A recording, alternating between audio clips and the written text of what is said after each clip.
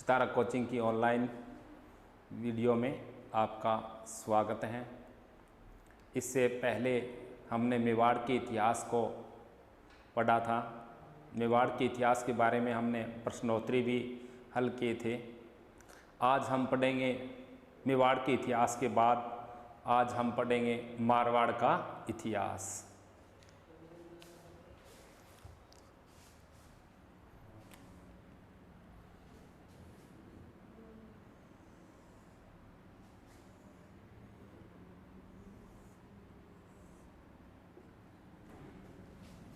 मारवाड़ का इतिहास। मारवाड़ का इतिहास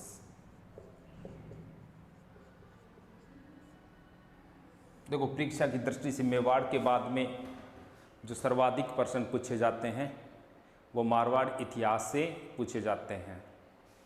तो सबसे पहले आपको देखना है कि ये जोधपुर जिला है, जोधपुर, और ये पाली है, पाली, ये नागौर है, नागौर यानी नागौर। तो जोधपुर, पाली, नागौर यानी जोधपुर, पाली और नागौर, इन तीन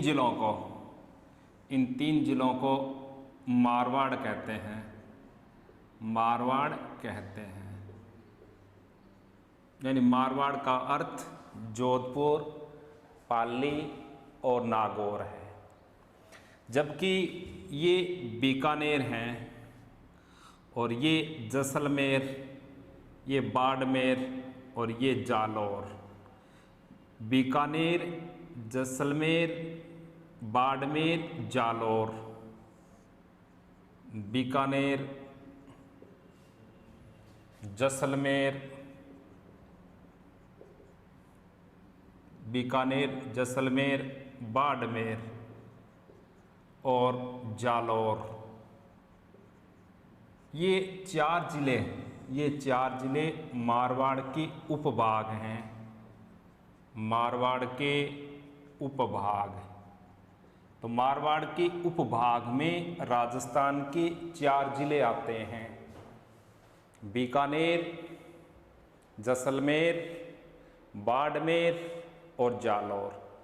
ये चार जिले मारवाड़ के उपभाग में आते हैं, जबकि मारवाड़ का वास्तविक अर्थ जोधपुर, पाली और नागौर। मारवाड़, इसके उपनाम यानी मारवाड़ के अन्य उपनाम क्या है? तो इसे मरुवार भी कहते हैं।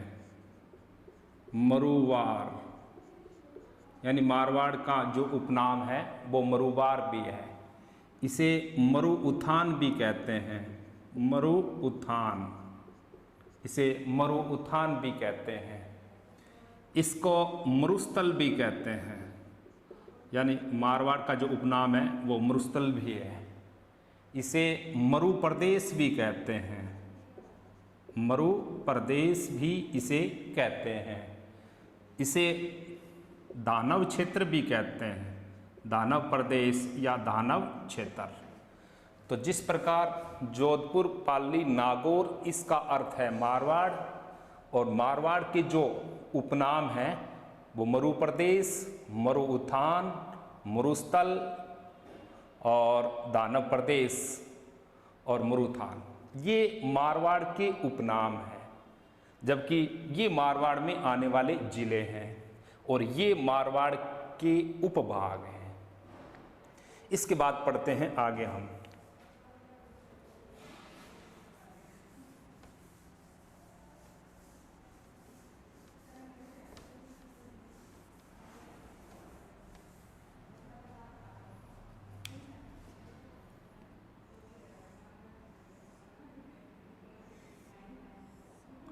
जोधपुर, पाली, नागौर। जोधपुर, पाली, नागौर इसे मारवाड़ कहते हैं। मारवाड़ कहते हैं। और मारवाड़ में राठौड़ वंश के शासकों का अधिकार था। मारवाड़ में राठौड़ वंश के शासकों का अधिकार था। शासकों का अधिकार, यानी मारवाड़ में राठौड़ वंश के शासकों का अधिकार था।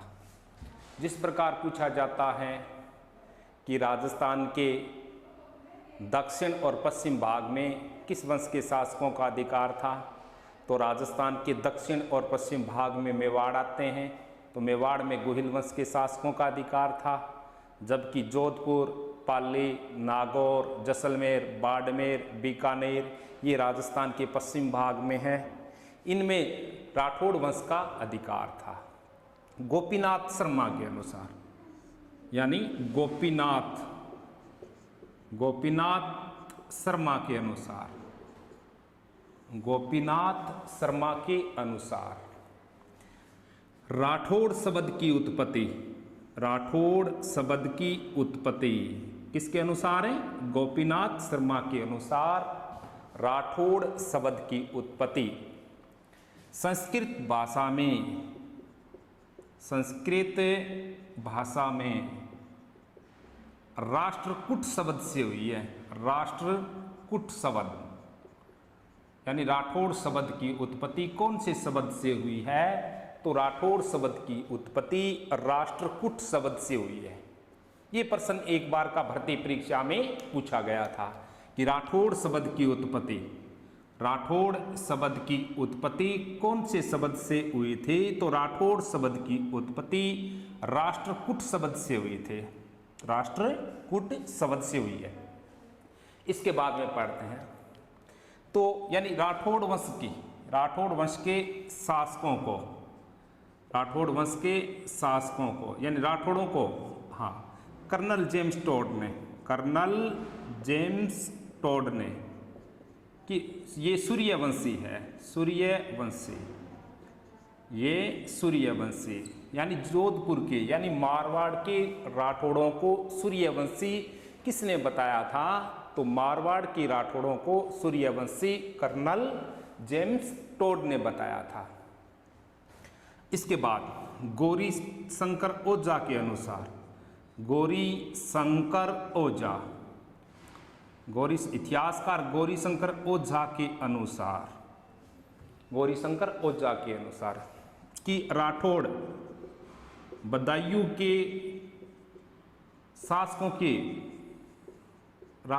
के शासकों का वंशज है या वंश है। हाँ, तो देखो बदायूं के जो राठौड़ थे वही राठौड़ जोधपुर में है। यह कथन गौरीशंकर ओझा का है, जबकि कर्नल जेम्स टोड के अनुसार मारवाड़ के जो राठौड़ वंशज के शासक थे वो सूर्यवंशी थे। गोपीनाथ शर्मा के अनुसार राठौड़ शब्द की उत्पत्ति संस्कृत भाषा के राष्ट्रकूट शब्द से हुई है। अब एक बात देखो तो आप,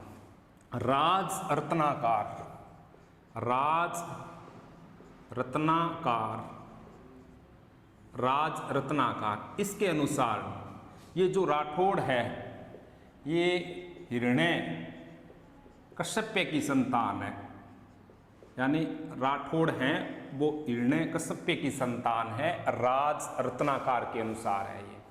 तो राठौड़ों की उत्पत्ति से संबंधित कुछ उल्लेख बताए गए थे, वही उल्लेख मैंने आपको बताया है।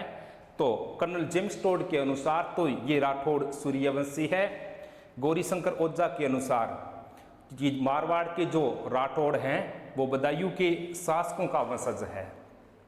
गोपीनाथ शर्मा के अनुसार राठौड़ शब्द की उत्पत्ति राष्ट्रकूट शब्द से हुई थी, जबकि राज रत्नाकर के अनुसार राठौड़ वंश के जो शासक थे वो हिरण्यकश्यप की संतान थे।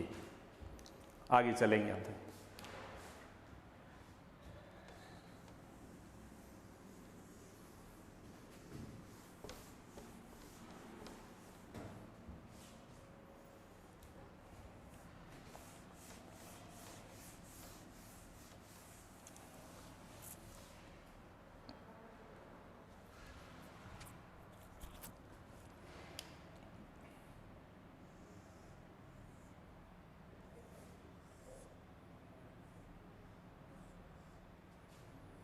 मारवाड़,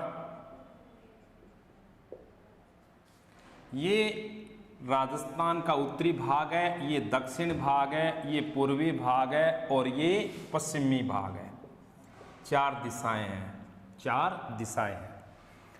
ये मध्य प्रदेश है, मध्य प्रदेश, मध्य प्रदेश। मध्य प्रदेश में एक स्थान है जिसे कनौज कहा जाता है, एक स्थान का नाम कनौज है। यानी मध्य प्रदेश में एक स्थान है कनौज। कनौज का शासक था जयचंद गढ़वाल, गढ़वाल, जयचंद गढ़वाल। और जयचंद गढ़वाल का एक पुत्र था जिसका नाम था वरदाई, वरदाई। और वरदाई का एक पुत्र था जिसका नाम था खेतराज, और खेतराज के एक पुत्र था जिसका नाम था रावसिंहा, रावसिंहा, रावसिंहा। अब देखो थे आप कि रावसिंहा, तो रावसिंहा का जो शासनकाल है 1200, रावसिंहा का जो शासनकाल है वो 1240 से लेकर 1273 के बीच में, यानी 1240 से लेकर 1273 में रावसिंहा। तो अब इसमें पढ़ते हैं कि कनौज का शासक जयचंद गढ़वाल था, और जयचंद गढ़वाल का पुत्र था वरदाई, वरदाई के पुत्र का नाम था खेतराज, और खेतराज के पुत्र का नाम था रावसिंहा। जिस प्रकार कनौज में गढ़वाल वंश का जो पूर्ण साम्राज्य था वो समाप्त हो गया था, लेकिन उसके परिवार का एक संतान जीवित रहा था जिसका नाम रावसिंहा था, रावसिंहा। 1212 में, 1212 में, कब की बात थी? 1212 में। 1212 में रावसिंहा ने कनौज स्थान को छोड़कर, कनौज स्थान को छोड़कर और इसने राजस्थान की यात्रा किए थे, राजस्थान की यात्रा की। तो ये रावसिंहा सबसे पहले राजस्थान के पाली जिले में आया था 1212 में। 1212 में रावसिंहा सबसे पहले राजस्थान के पाली जिले में आया था। अब क्या हुआ कि पाली में पालीवाल ब्राह्मण रहते थे, पाली में पालीवाल ब्राह्मण रहते थे, यानी पाली में पालीवाल ब्राह्मण रहते थे। और पाली में ही 2 जाति के लोग और निवास करते थे, जिसका एक का नाम था चौहिल, चौहिल, और सेकंड का नाम था मोहिल, चौहिल और मोहिल। ये पाली जिले में सर्वाधिक मात्रा में निवास करने वाली 2 जातियां थी, और पाली में पालीवाल ब्राह्मण भी रहते थे। अब ये 2 जातियां मिलकर, ये 2 जातियां संयुक्त रूप से पालीवाल यानी पाली जिले के ब्राह्मणों को ये परेशान करते थे, पाली जिले के ब्राह्मणों को ये परेशान करते थे। अब पालीवाल ब्राह्मणों की रक्षा रावसिंहा ने किए थे, रावसिंहा ने, पालीवाल ब्राह्मणों की रक्षा रावसिंहा ने किए थे। रावसिंहा ने ही मारवाड़ में राठौड़ वंश की स्थापना की थी, राठौड़ वंश की स्थापना। तो राठौड़ वंश का जो स्थापना की थी उसका नाम था रावसिंहा। ये भी प्रश्न एक बार का भर्ती परीक्षा में पूछा गया है कि राठौड़ वंश का संस्थापक किसे माना गया है, तो राठौड़ वंश का संस्थापक रावसिंहा को माना गया है। अब रावसिंहा को राठौड़ वंश का संस्थापक माना गया है। रावसिंहा को ही, यानी रावसिंहा को ही राठौड़ वंश का आदि पुरुष, रावसिंहा को ही राठौड़ वंश का आदि पुरुष, इसे ही राठौड़ वंश का मूल पुरुष माना जाता है, मूल पुरुष, इसे ही राठौड़ वंश का संस्थापक माना जाता है। यानी राठौड़ वंश का जो संस्थापक कौन था, तो भी उत्तर रावसिंहा है। राठौड़ वंश का आदि पुरुष, राठौड़ वंश का मूल पुरुष कौन था, तो भी रावसिंहा को माना जाता है।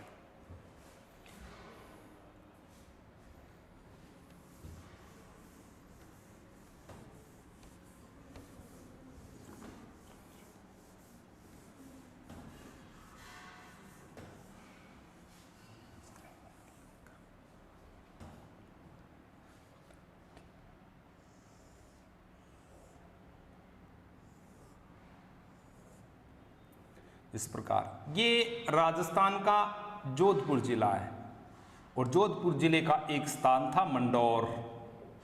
जोधपुर जिले का एक स्थान था मंडौर। मंडौर जोधपुर जिले का एक स्थान था। जोधपुर में ही एक गांव था। जोधपुर में ही एक गांव था जिसका नाम कोल्लूमंड था। कोल्लूमंड गांव। कोल्लूमंड गांव राजस्थान के जोधपुर जिले में है। अब क्या हुआ कि कोल्लूमंड का जो शासक था उसका नाम था सरदार सोलंकी। सरदार सोलंकी यानी कोल्लूमंड का शासक सरदार सोलंकी था। कोल्लूमंड का शासक सरदार सोलंकी था। अब सरदार सोलंकी था। सरदार सोलंकी की पुत्री का नाम पार्वती था। पार्वती। सरदार सोलंकी की पुत्री का नाम पार्वती था। इधर मंडौर यानी जोधपुर जिले का एक स्थान था मंडौर में एक गांव था कोल्लूमंड का जो मंडौर का शासक था वो उसका नाम सरदार सोलंकी था। सरदार सोलंकी की पुत्री का नाम पार्वती था। उसी समय की बात है। अब पाली के अंदर पाली में तो था राव सिंहा। अब क्या काम हुआ कि सरदार सोलंकी ने अपनी पुत्री पार्वती का विवाह राव सिंहा के साथ किया था। पार्वती ने एक पुत्र को जन्म दिया था जिसका नाम आसनाथ था। पार्वती ने एक पुत्र को जन्म दिया था जिसका नाम आसनाथ था। अब सरदार सोलंकी ने पार्वती के विवाह में राव सिंहा को दहेज के रूप में मंडौर स्थान दिया था। राजस्थान में दहेज में दिया हुआ शहर माना जाता है तो मंडौर है। एक तो देखो रावण के विवाह में भी ये दहेज में दिया गया था। एक राव सिंहा को भी ये दहेज में प्राप्त हुआ था। आगे पढ़ेंगे तो राव चूड़ा आएगा, उनको भी ये दहेज में दिया हुआ था। तो कई बार इस तरह के प्रश्न आ जाते हैं कि राजस्थान का वह कौन सा शहर है जो दहेज में दिया हुआ माना जाता है, तो राजस्थान का मंडौर शहर है जो जोधपुर में। अब दहेज के रूप में राव सिंहा को मंडौर स्थान प्राप्त हुआ। अब राव सिंहा ने राठौड़ वंश की राजधानी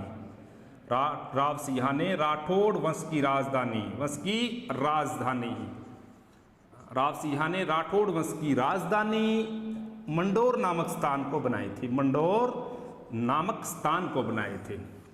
तो देखो राठौड़ वंश की पहली राजधानी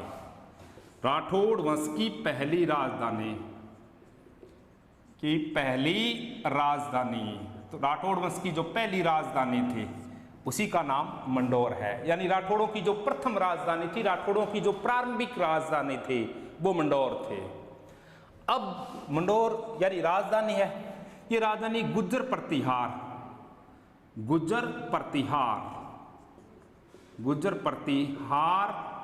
शासकों की भी राजधानी थी। गुज्जर प्रतिहार शासकों की राजधानी भी पहली राजधानी मंडौर थी और राठौड़ वंश के शासकों की पहली राजधानी भी क्या थी? मंडौर थी।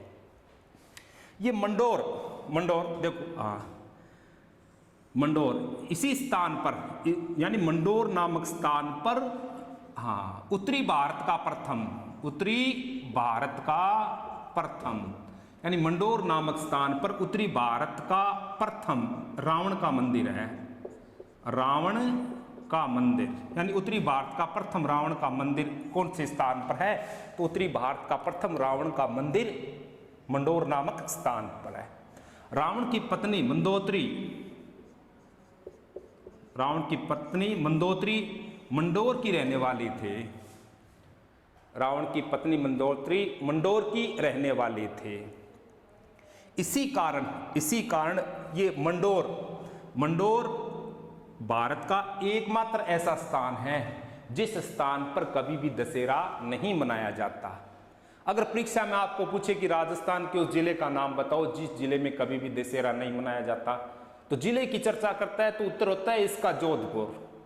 अगर छोटे स्थान की चर्चा करता है कि राजस्थान के कौन से स्थान पर कभी भी दशहरे का त्योहार नहीं मनाया जाता, तो हम करते हैं उसका उत्तर मंडौर, क्योंकि रावण का जो ससुराल था वो मंडौर स्थान था।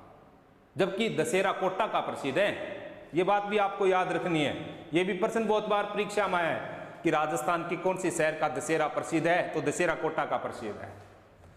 अब क्या काम हुआ कि 1273 में, यानी 1212 में तो इसने राव सिंहा ने राठौड़ वंश की स्थापना की थी, और 1273 में फिरोज शाह सेकंड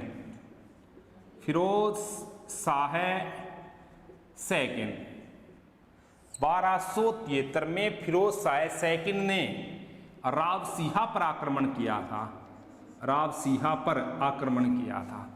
यानी 1273 में फिरोज शाह सेकंड ने राव सिंहा पर आक्रमण किया था। राव सिंहा और फिरोज शाह की सेना के बीच युद्ध हुआ था।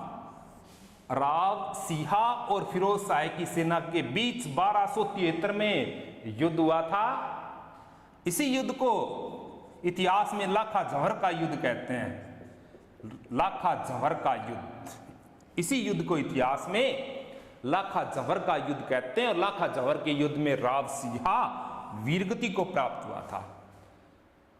राव सिंहा लाखा जौहर के युद्ध में 1273 में वीरगति को प्राप्त हुआ था।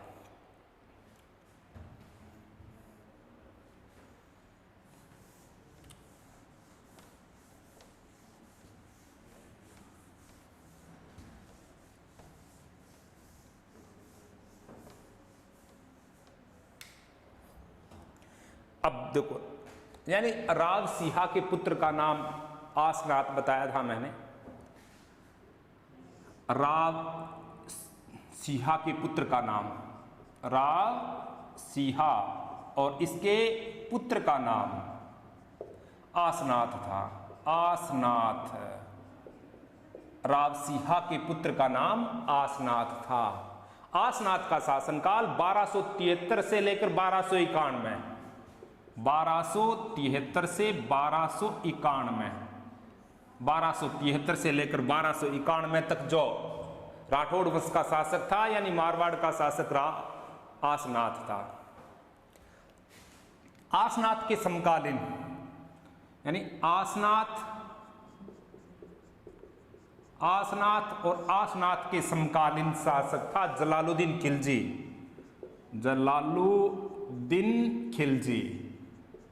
जलालुद्दीन खिलजी आसनाथ के समकालीन दिल्ली का शासक था जलालुद्दीन खिलजी। और जलालुद्दीन खिलजी ने 1291 में आसनाथ पर आक्रमण किया था। इसी आक्रमण में आसनाथ मारा गया। आसनाथ के पुत्र का नाम, यानी आसनाथ के पुत्र का नाम दुहड़जी था। आसनाथ के पुत्र का नाम दुहड़जी था। दुहड़जी कर्नाटक चला गया और कर्नाटक से एक मूर्ति लाया था ये, जिसका नाम था नागणेची माता।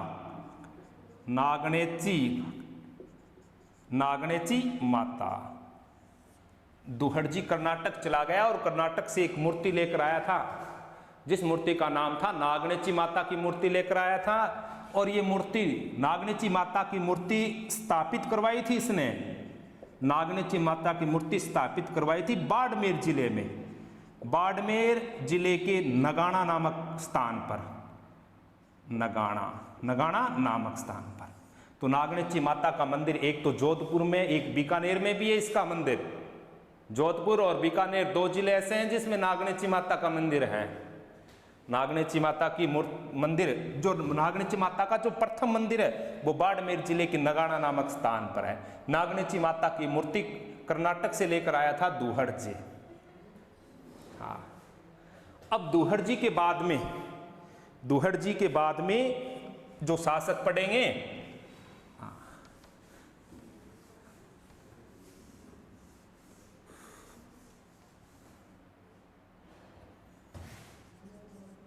दुहड़ जी।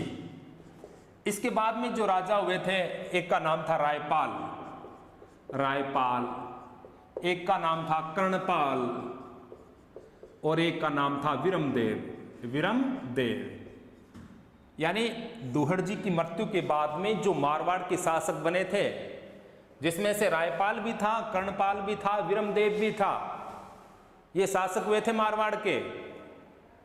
लेकिन इनका मारवाड़ के इतिहास में कोई विशेष वर्णन नहीं है, मारवाड़ के इतिहास में इसका कोई विशेष वर्णन नहीं है। अब विरमदेव था, विरमदेव, इसके पुत्र का नाम, विरमदेव के पुत्र का नाम रावचूड़ा था, विरमदेव के पुत्र का नाम रावचूड़ा। ये मारवाड़ का शासक फिर बनता है। तो अब पढ़ेंगे रावचूड़ा के बारे में।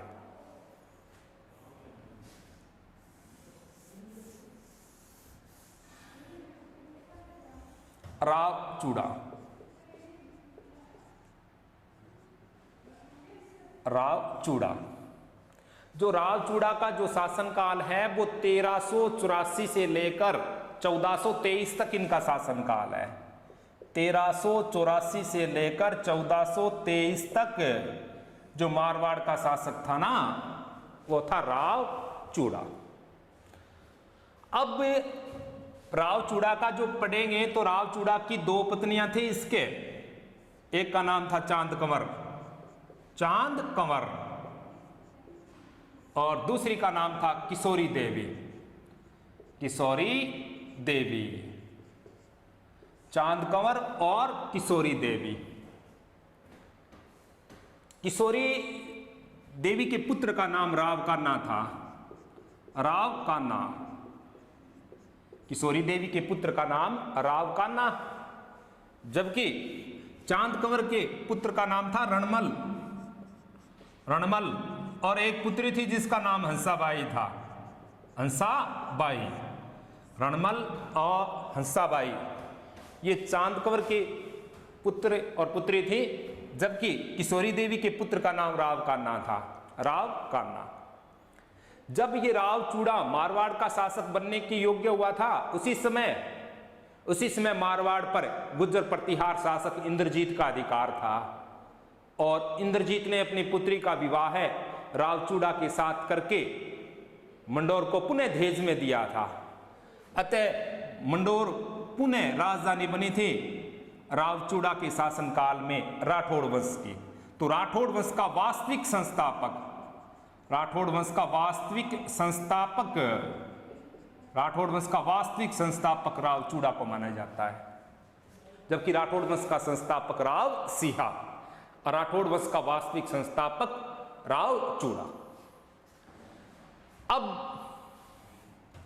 जिस प्रकार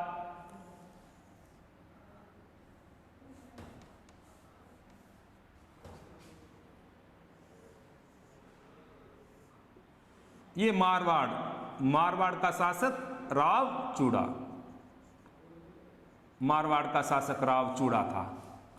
उसी समय नागौर का शासक जलाल खां था, नागौर का शासक जलाल खां, नागौर का शासक जलाल खां था, और मारवाड़ का यानी जोधपुर का शासक रावचूड़ा, मंडोर का शासक रावचूड़ा। अब क्या काम हुआ कि रावचूड़ा ने नागौर के शासक जलाल खां पर आक्रमण किया था, जलाल खां पर आक्रमण कर दिया रावचूड़ा ने, जलाल खां युद्ध में हार गया, भाग गया। इसका मतलब जोधपुर का शासक भी रावचूड़ा था और नागौर का शासक भी रावचूड़ा बन गया था। उसी समय रावचूड़ा की दूसरी पत्नी यानी छोटी पत्नी किशोरी देवी ने कहा कि जो आपको तो मेवाड़ मंडोर का शासक बनना है और मेरे पुत्र कान्हा को नागौर का शासक बनाना है। इसने क्या काम किया कि मारवाड़ का शासक यानी मंडोर का शासक तो बना दिया राव कान्हा को, राव कान्हा को, और स्वयं नागौर का शासक बन गया, स्वयं नागौर का शासक बन गया। लेकिन इतिहास के अनुसार बड़ा पुत्र रणमल था, इतिहास के अनुसार बड़ा पुत्र रणमल था। यानी रावचूड़ा ने अपनी पत्नी किशोरी देवी के प्रभाव के कारण, अपनी पत्नी किशोरी देवी के प्रभाव के कारण अपने छोटे पुत्र राव कान्हा का राज्याभिषेक किया था। यानी राव कान्हा को इसने मारवाड़ का शासक बना दिया, जिससे बड़ा पुत्र नाराज हो गया रणमल। यानी रावचूड़ा के जो समकालीन मेवाड़ का शासक था राणा लाखा, राणा लाखा। जब रावचूड़ा ने छोटे पुत्र का राज्याभिषेक किया, बड़े पुत्र का राज्याभिषेक नहीं किया, तो बड़ा पुत्र नाराज हो गया और रणमल घर छोड़कर, यानी मारवाड़ छोड़कर और मेवाड़ के शासक राणा लाखा के दरबार में आ गया, राणा लाखा के दरबार में आ गया है। ये राणा लाखा के दरबार में यानी मेवाड़ में इसको गणला की जागीरदारी दी गई थी, गणला की जागीरदारी दी गई थी, इसे गणला की जागीरदारी दी गई थी। यह प्रश्न परीक्षा में आया हुआ है, यह प्रश्न 2016 में पूछा गया था कि राणा लाखा ने रणमल राठौड़ को कौन से स्थान की जागीरदारी प्रदान की थे। तो राणा लाखा ने रणमल राठौड़ को उदयपुर जिले के गणला नामक स्थान की जागीरदारी प्रदान की थी, जागीरदार बना दिया इसको इस स्थान का। अब क्या काम हुआ कि रावचूड़ा की जो पहली पत्नी थी चांद कंवर, उसकी मृत्यु हो गई, हाँ उसकी मृत्यु हो गई। अब चांद कंवर की याद में रावचूड़ा ने जोधपुर में, चांद कंवर की याद में रावचूड़ा ने जोधपुर में चांद बावड़ी का निर्माण करवाया था। चांद बावड़ी, चांद बावड़ी यानी चांद बावड़ी राजस्थान के कौन से जिले में है, तो चांद बावड़ी राजस्थान के जोधपुर जिले में है। इसी तरह का एक समानार्थी प्रश्न और है, अभानेरी और चांद बावड़ी ये दौसा में है। परीक्षा में आ जाता है चांद बावड़ी, उत्तर दे दिया दौसा वाला, गलत हो जाएगा आपका। हाँ, जब परीक्षा में पूछा गया कि चांद बावड़ी राजस्थान के कौन से जिले में, तब इसका उत्तर जोधपुर होगा। जो कि परीक्षा में पूछा जाता है कि अभानेरी और चांद बावड़ी कौन से जिले में है, अभानेरी शब्द जब साथ में आएगा तब इसका उत्तर दौसा होगा। यह बात भी आपको ध्यान में रखनी है, क्योंकि अभानेरी और चांद बावड़ी वाला क्वेश्चन परीक्षा में बहुत बार पूछा गया है, तभी मैं आपको बता रहा हूं ये। अब क्या हुआ देखो, 1423 में, यानी रावचूड़ा का जो शासनकाल है वो 1384 से लेकर 1423 है। रावचूड़ा को राठौड़ वंशज का वास्तविक संस्थापक माना जाता है। रावचूड़ा की दो पत्नी थी, बड़ी पत्नी का नाम चांद कंवर था। रावचूड़ा ने अपनी पत्नी चांद कंवर की याद में जोधपुर में चांद बावड़ी का निर्माण करवाया था, और दूसरी पत्नी का नाम किशोरी देवी था। रावचूड़ा ने नागौर के शासक जलाल खां पर आक्रमण किया था। इस दोनों में युद्ध हुआ, जिस युद्ध में जलाल खां पराजित हुआ। पराजित होने के बाद में नागौर का शासक भी रावचूड़ा को बना दिया गया। अब जब दो स्थानों का शासक बना था, तब किशोरी देवी ने कहा कि मेरे पुत्र का राज्याभिषेक करो। तो किशोरी देवी के पुत्र का नाम राव कान्हा था। जब कान्हा का राज्याभिषेक हुआ तो रणमल बड़ा पुत्र नाराज होकर मेवाड़ के शासक राणा लाखा के दरबार में चला गया। राणा लाखा के दरबार में इसको गणला नामक स्थान की जागीरदारी प्रदान की गई थी। अब आगे देखो, अब 1423 में रावचूड़ा की मृत्यु हो गई। रावचूड़ा ने नागौर में चूड़ासर तालाब का निर्माण भी करवाया था। इसने चूड़ासर तालाब नागौर में है। तो चूड़ासर तालाब राजस्थान की कौन से जिले में, नागौर में, और चूड़ासर तालाब का निर्माण भी रावचूड़ा ने करवाया था। इसके बाद में देखो आप, अब राजा बनता है राव कान्हा। राव कान्हा, राव कान्हा, यानी राव चूड़ा के बाद में जो मारवाड़ का जो शासक बनता है वो राव कान्हा। राव कान्हा का शासनकाल 1423 से लेकर 1427 तक है। यानी 1423 से लेकर 1427 तक मारवाड़ का शासक राव कान्हा को बनाया गया। कान्हा के दो पुत्र थे, एक का नाम था नरवर सिंह और सेकंड का नाम था रणधीर। नरवर सिंह और सेकंड पुत्र का नाम था रणधीर। नरवर सिंह और रणधीर ये दो राव कान्हा के पुत्र थे। अब राव कान्हा जब मारवाड़ का शासक बना था उसी समय जैसलमेर में बाटी वंश के शासकों का अधिकार था और जैसलमेर के बाटी वंश के शासकों ने राव कान्हा की हत्या कर दी। राव कान्हा की हत्या कर दी। राव कान्हा की, जबकि अन्य ग्रंथों के अनुसार यह भी लिखा हुआ है कि राव कान्हा की हत्या करणी माता ने किए थे। राव कान्हा की हत्या करणी माता ने किए थे। अब राव कान्हा की मृत्यु के बाद नरवर सिंह और रणधीर के बीच में उत्तराधिकारी का युद्ध हुआ था। उत्तराधिकारी का युद्ध यानी उत्तराधिकारी के लिए इनके दोनों के बीच में विवाद हो गया जी। और विवाद होने के बाद यानी विवाद को हल करने के लिए यानी मारवाड़ में उत्तराधिकारी के युद्ध को समाप्त करने के लिए मेवाड़ से बुलाया गया था रणमल राठौड़ को। रणमल राठौड़ को बुलाया गया था मेवाड़ से कि आप आओ और इन दोनों के बीच में उत्तराधिकारी युद्ध के लिए विवाद हुआ है। तब मारवाड़ से आया था रणमल राठौड़। मारवाड़ से रणमल राठौड़ आया था और दोनों भाइयों के उत्तराधिकारी युद्ध का लाभ उठाकर स्वयं मारवाड़ का शासक बन गया। स्वयं मारवाड़ का शासक बन गया। अब जो इनके बाद का इतिहास पढ़ेंगे वो रणमल राठौड़ के बारे में हम अगली कक्षा में इसका अध्ययन करेंगे। चैनल को सब्सक्राइब कीजिए, लाइक करो। धन्यवाद।